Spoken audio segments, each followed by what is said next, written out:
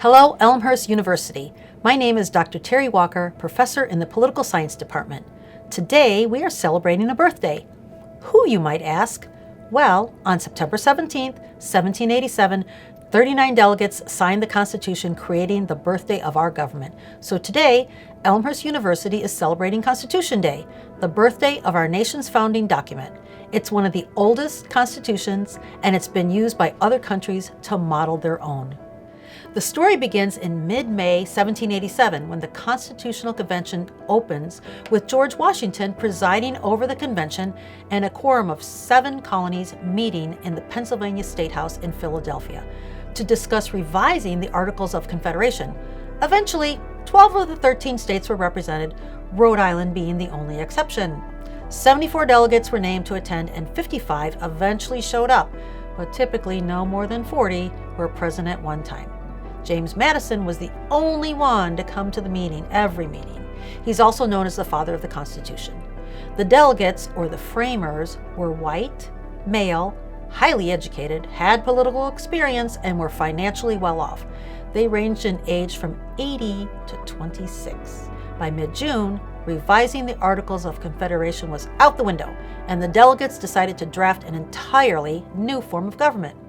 There was much debate and many compromises during these secret proceedings.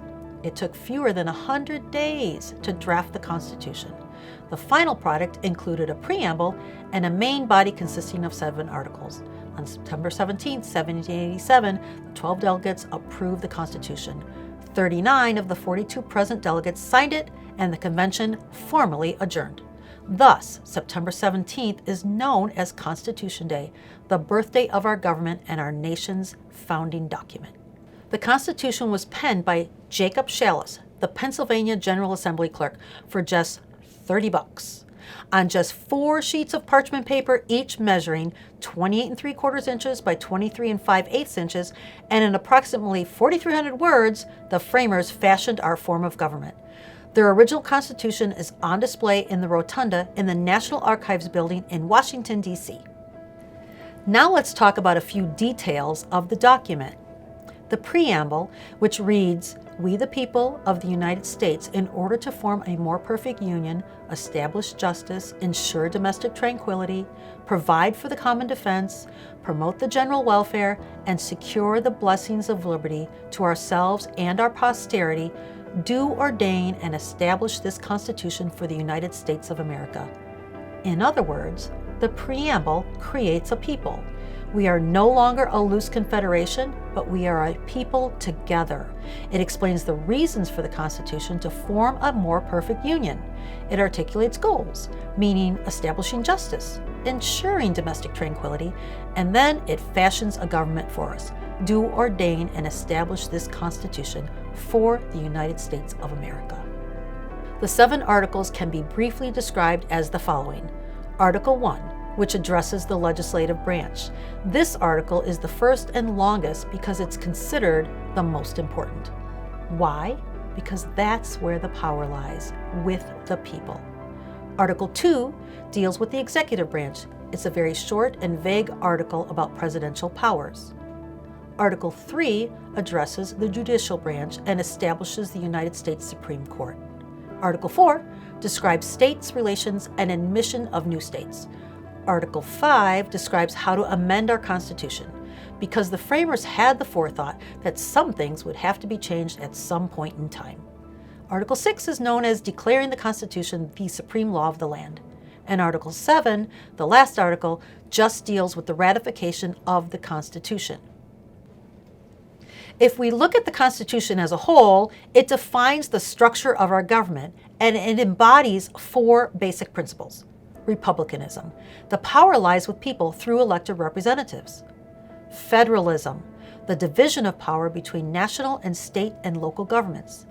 The third principle is separation of powers, where they establish 3 branches for us and make sure that they assign lawmaking to one branch, law enforcing to another branch, and law interpreting to another branch. The last principle is checks and balances, where each branch has scrutiny over the other. Delaware was the first state to ratify the Constitution in 1787, and the Constitution becomes binding for the ratifying states when New Hampshire was the 9th state to ratify it on June 21, 1788. One of the chief obstacles in ratifying our Constitution was the lack of any civil liberties or civil rights in the original document. There were no guarantees to make our liberties secure against oppression from our government. The Anti-Federalists wanted a promise that these guarantees would be added soon after ratification, and that promise was kept. In 1789, James Madison introduced the proposed Bill of Rights, and by September, Congress approved 12 amendments and sent them to the states for ratification. The states ratified 10, and those first 10 amendments became known as the Bill of Rights. In December 1791, the Bill of Rights became part of the Constitution when Virginia was the last state to ratify them. Since 1787, more than 11,000 amendments have been introduced, and only 27 have survived the proposal and ratification process. What does all this mean to you? It means that our Constitution, including the Bill of Rights and all the other amendments, has an impact on your life. It is a statement of processes and procedures and of substantive rights. It defines our government structure, sets limits on our government, protects our fundamental rights and privileges, and guarantees our liberties. To many, it is revered as sacred. And while the Supreme Court continually interprets the Constitution so as to reflect the rapidly changing world, its basic tenets have remained virtually unchanged since its inception. But as constitutional scholars have noted, the Constitution is not enough. The words must be brought to life by living, breathing beings, and so we need to defend it. Our Constitution is a powerful and symbolic value of America. It is the supreme law of the land, and while it binds every government official to uphold and support it, your constitutional rights depend on you for protection. Justice Hugo Black once said, "It is my belief that there are absolutes in our Bill of Rights, and that they were put there on purpose by men who knew what the words meant and meant their prohibitions to be absolutes." But as others have noted, liberty lies in the hearts of men and women, and when it dies, there is no Constitution, no law, and no court can save it. Happy Constitution Day.